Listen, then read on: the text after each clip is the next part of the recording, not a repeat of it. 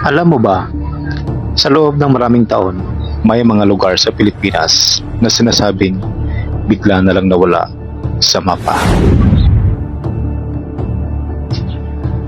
Ang iba ay nilamon ng dagat, ang iba ay iniwan dahil sa takot. At ang iba naman, hanggang sa ngayon, ay misteryo pa rin kung totoo ba talaga, kung sila ay umiiral. Ngayong araw, alamin natin ang mga misteryosong lugar sa Pilipinas na sinasabing nawala sa mapa. May mga lumang mapa na nagpapakita ng maliliit na isla sa West Philippine Sea. Pero pagdating ng modernong panahon, tila hindi na sila nakita. May ilang mga naniniwala na lumubog ang mga ito dahil sa malalakas na bagyo at pagtaas ng tubig dagat. Pero may iba namang nagsasabing may mas malalim na dahilan kung bakit tila biglang silang naglaho. Hanggang ngayon, wala pa ring malinaw na paliwanag kung ano talaga ang nangyari sa ilan sa mga islang ito. Sa Batangas, may mga bahagi ng lumang komunidad na sinasabing nalunod matapos ang malakas na pagputok ng Taal Volcano noon. Ayon sa ilang kwento, may mga lumang istruktura pa raw na makikita sa ilalim ng tubig. Kapag tahimik ang lawa at malinaw ang panahon, may ilan na nagsasabing nakikita pa ang mga labi ng dating bayan. Pero, totoo kaya ito? O isa lamang itong alamat?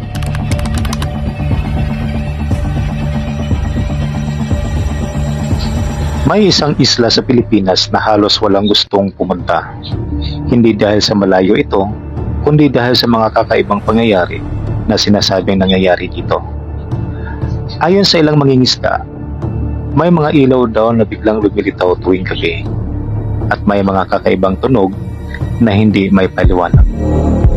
May ilan din nagsasabing may mga taong nagtangkang manatili roon, pero hindi na raw nakabalik.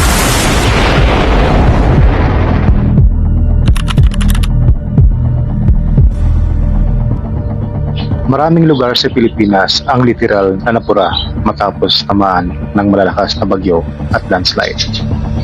May mga barangay na dati ay puno ng buhay, pero ngayon ay puro bato, putik at katahimikan na lang ang natitira.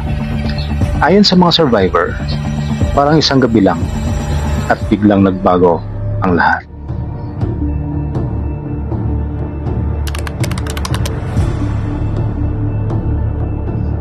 Kapag tiningnan ang ilang lumang mapa ng Pilipinas, may mga lugar na dating makikita rito. Pero ngayon ay tila wala ng bakas. May ilan na nagsasabing pagkakamali lang ito ng mga explorer noon. Pero may iba namang naniniwala na may mga lugar talagang itinatago sa publiko. Posible kayang may mga sekreto pag hindi nalalaman ng karamihan? Hanggang ngayon, marami pa ring lugar sa Pilipinas ang puno ng misteryo. At baka may mga lugar na ayaw talaga makita muli. Kung gusto mo pa na ganitong mga klaseng dokumentary at mysterious na videos, huwag kalimutang mag-like, share, at subscribe.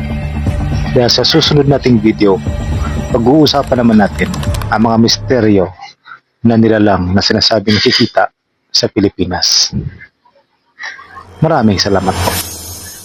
Disclaimer: ang ilan sa mga impormasyong nabanggit sa videong ito ay hango sa mga lumang ulat, historical stories, alamat at mga impormasyong makikita online at mystery documentary content lamang.